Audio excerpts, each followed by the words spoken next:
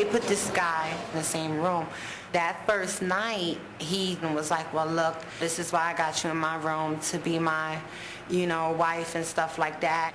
And then he got a little bit violent with me and tried to hit me, and so I didn't want no problem, so I went along with being his jail wife, because that's what they call it in here. That's what all these guys want in here. They just want a pretty-looking transgender to have their cake and eat it too.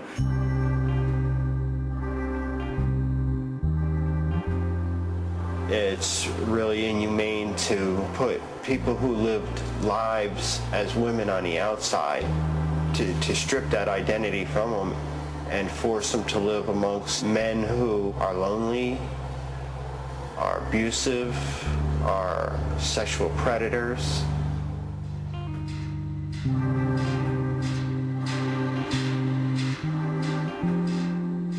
You certainly could put people in prison by digging a hole in the desert and throwing them in it.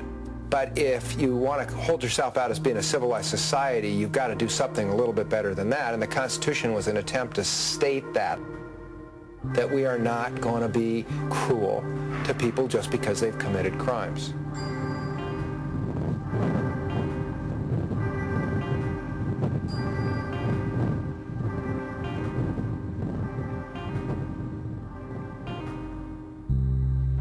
I most definitely see myself as a woman in a men's penitentiary.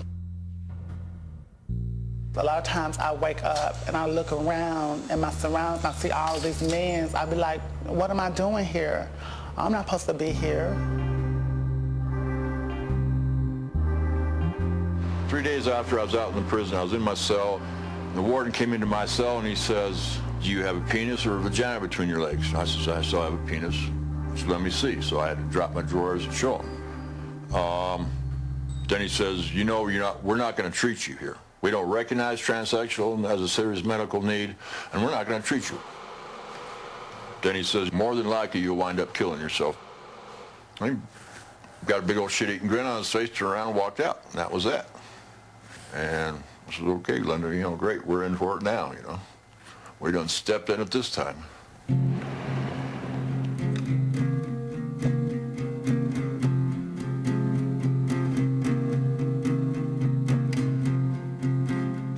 I knew that I was different at the age of 7, being born a little girl, but I was born in a boy's body.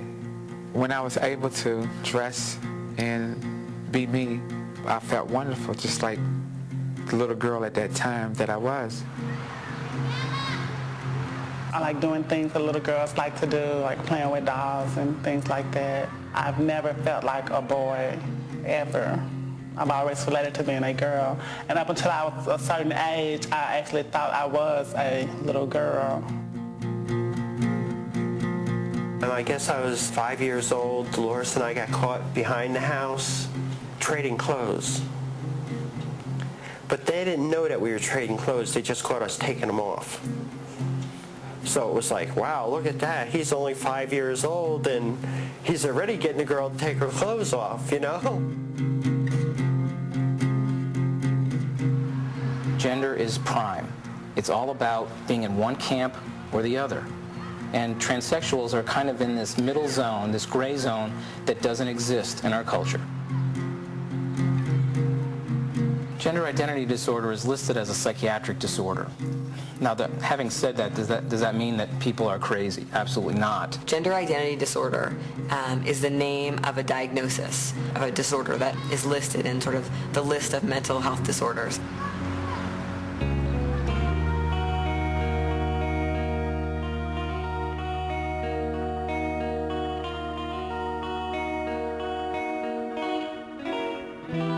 It's controversial. Many people feel that it shouldn't be considered a mental health issue and that being transgender is a healthful, fine thing to be. If they don't have dysfunction and they're working and they're getting along in life and they're happy with who they are and have good relationships, I would say they don't have a disorder. You have to have dysfunction.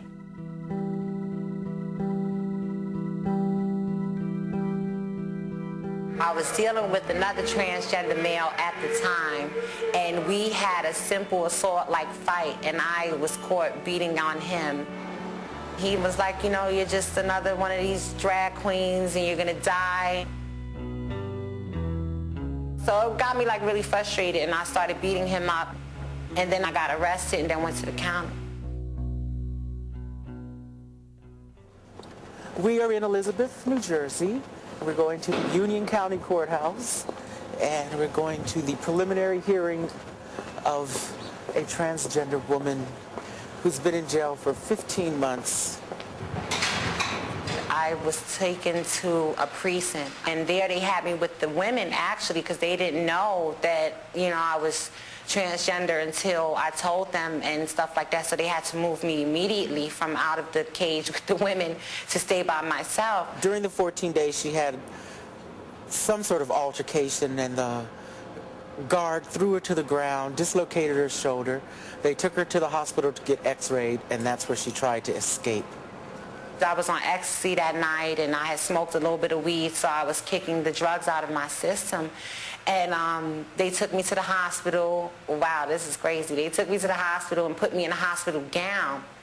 So I was like naked under this gown, like naked. And the officer walked on one side of the room and left me standing at the door by myself. So I just felt free and I ran.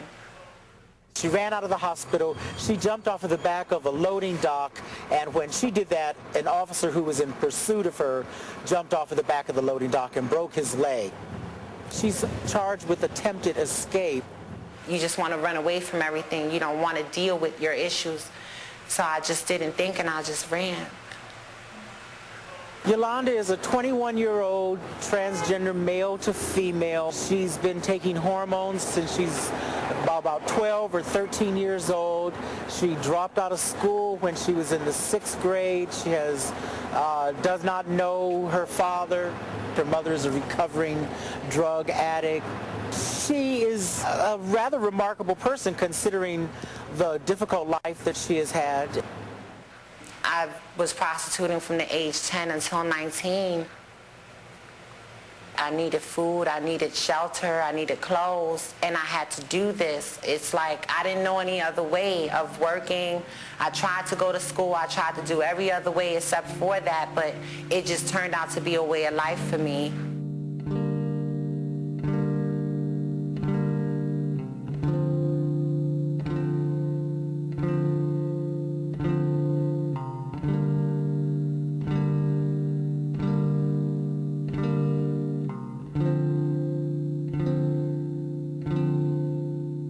Transgender people are disproportionately incarcerated. What I mean when I say that is that more transgender people are incarcerated given the entire transgender population than makes sense, or than would be in the rest of the population.